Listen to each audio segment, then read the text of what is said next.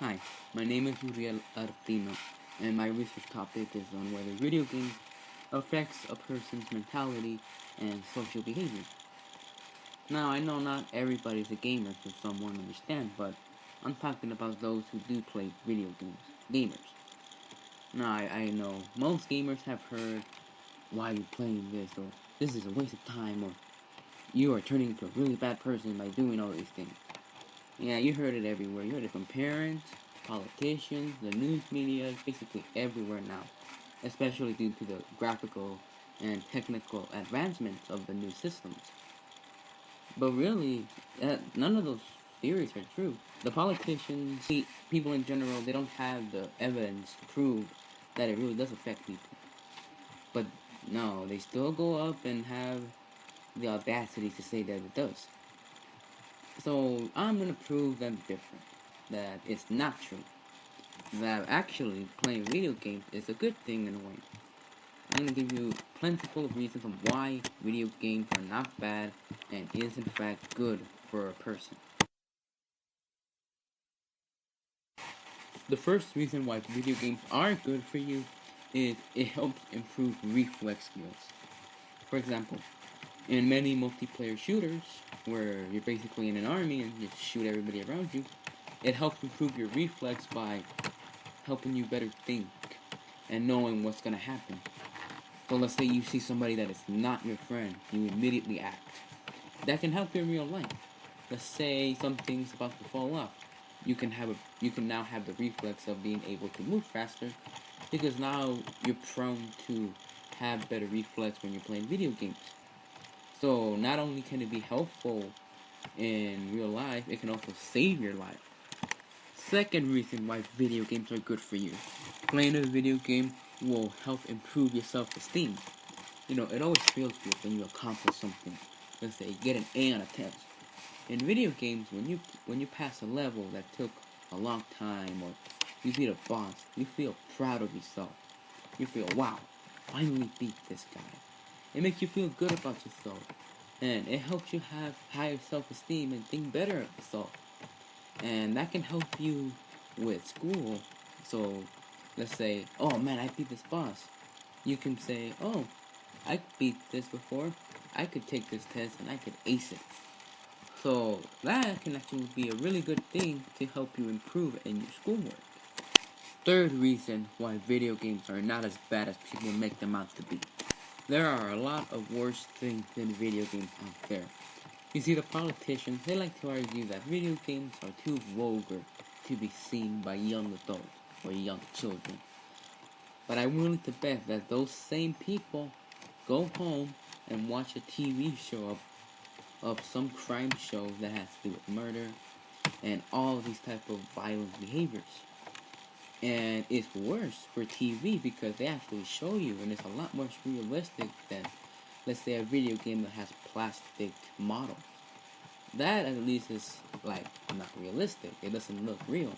But in TV, you have real actors, you have real special makeup, and it looks a lot worse.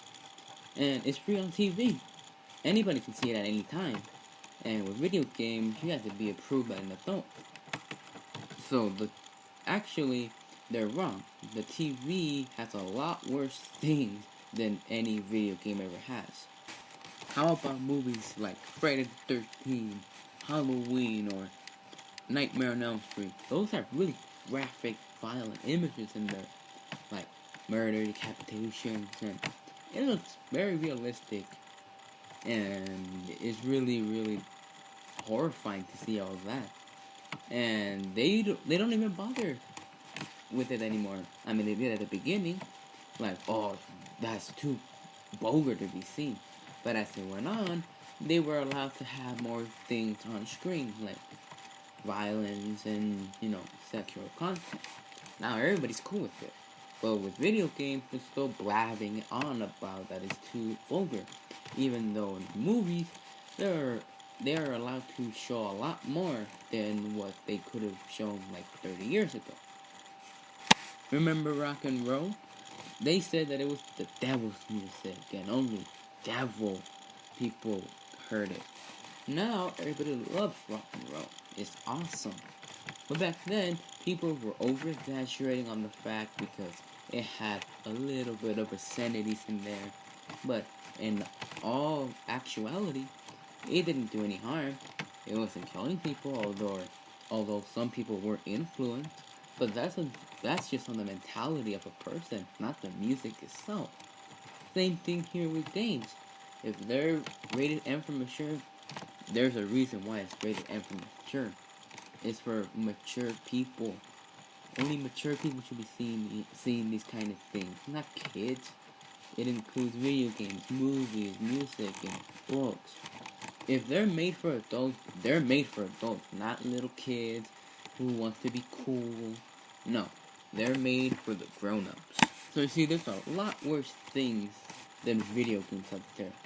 And if you were to compare it, I'm pretty sure video games would be more suitable for people than, let's say, TV and movies. Next reason why video games are good for you.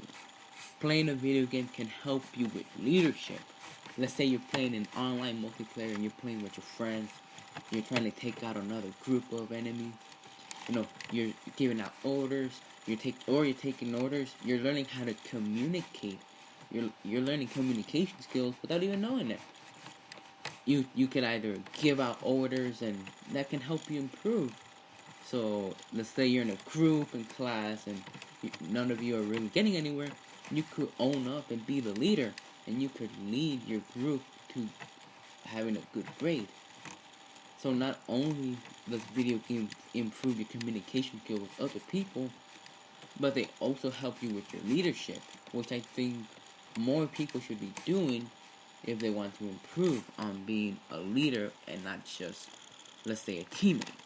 Now, I think most people have heard that video games have induced violence on kids and that it has affected our children of America, and that now children are ruined with these vulgar and violent images.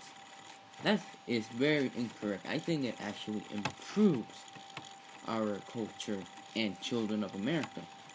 You see, when playing this game, let's say Grand Theft Auto, yeah, there's a lot of bad things in there that can make you uncomfortable.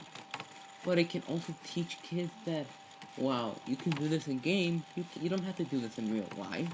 It shows you, it basically satirizes our whole world in general on how we view violence. And kids can learn that way to think, violence happens like that every day. Maybe we shouldn't do that.